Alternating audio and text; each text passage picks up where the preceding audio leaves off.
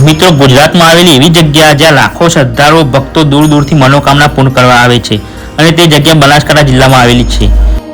હું વાત કરું છું યાત્રાધામ અંબાજી શ્રી અંબે માતાનું મંદિર. મિત્રો, આ મંદિરની અંદર તમે પણ ક્યારેક દર્શન કરવા ગયા હશો અને નથી ગયા તો આજે આ વિડીયોમાં દર્શન કરાવીશું અને ઇતિહાસ વિશે બતાવીશું.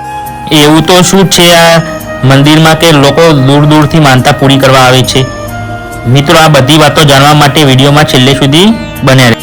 ઉત્તર ગુજરાતના બનાસકાંઠામાં અંબાજી પર્વત પર આવેલું અંબે માતાનું મંદિર કે જેને લોકો આસુર ધામ તરીકે પણ ઓળખે છે. ગુજરાત અને રાજસ્થાનની બોર્ડર પર અંબાજી મંદિર ભારત પ્રાચીન મંદિરમાંથી એક છે અને 51 શક્તિપીઠોમાંથી પણ પ્રસિદ્ધ મંદિર છે. આ અંબા માતાના પરમ ભક્તોની અપાર શ્રદ્ધા છે. એમ કહેવાય છે અહીંયા માતા સતીનું હૃદય પડ્યું હતું.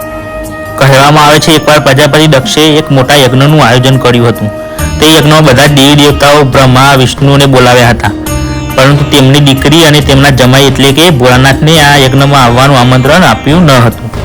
જ્યારે આ વાત માતા સતીને થઈ ત્યારે મારા પિતાને એક મોટું યજ્ઞનું આયોજન કર્યું છે અને બધાને બોલાવ્યા, પરંતુ મારા પતિદેવને બોલાવ્યા નથી.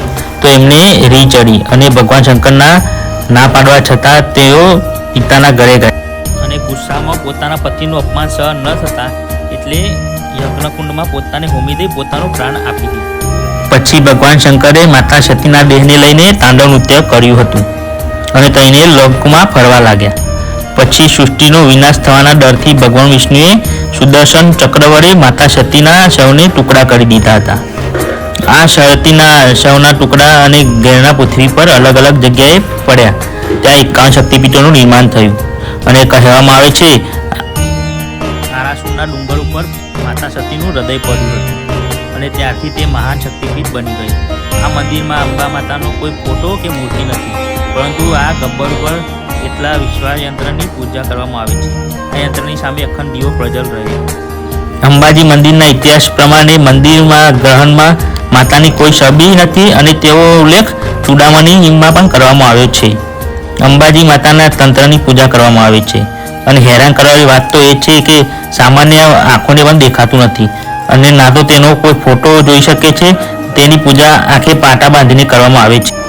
અંબાજી માતાનું મૂળ સ્થાન ટેકરીની ટોચ ઉપર આવે છે. ગબ્બર પર્વતની ટોચ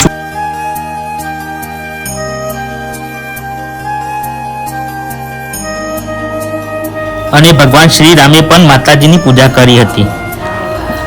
દંતકથા અનુસાર રામાયણ કાળમાં ભગવાન રામ અને લક્ષ્મણે રાવણે સીતા માતાના અપહરણ કર્યા પછી સીતા માતાની શોધમાં માઉન્ટ આબુના જંગલોમાં આવ્યા હતા અને રામે ગબ્બર ઉપર અંબે માતાની પૂજા કરી હતી અને તેમને અજય નામનું બાણ આપ્યું હતું, જેની મદદથી આખરે ભગવાન રામે રાવણનો વધ કર્યો હતો. અંબાજી મંદિર વલ્લભી રાજા આરોઝ સેન દ્વારા 14મી સદીમાં બનાવવામાં આવ્યું હતું. અંબાજી મંદિર આધ્યાત્મિક તેમજ સ્થાપિત ખૂબ જ મહત્વ ધરાવે છે, કેમ કે તે 51 શક્તિપીઠમાંથી એક છે.